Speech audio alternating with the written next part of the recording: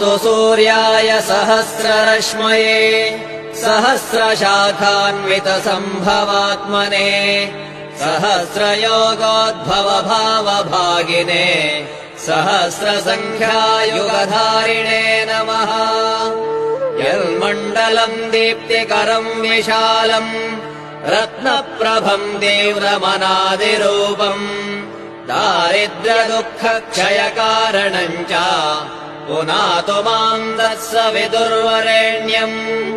यन्मण्डलम् देवगणैः सुपूजितम् विप्रैः स्तुतम् भावनमुक्तिकोविदम् तम् देवदेवम् प्रणमामि सूर्यम् पुनातु माम् तत्सवितुर्वरेण्यम्। यन्मण्डलम् ज्ञानघनम् त्वगम्यम् त्रैलोक्यपूज्यम् त्रिगुणात्मरूपम् समस्ततेजोमय दिव्यरूपम् पुनातु माम् तत्सवितुर्वरेण्यम्।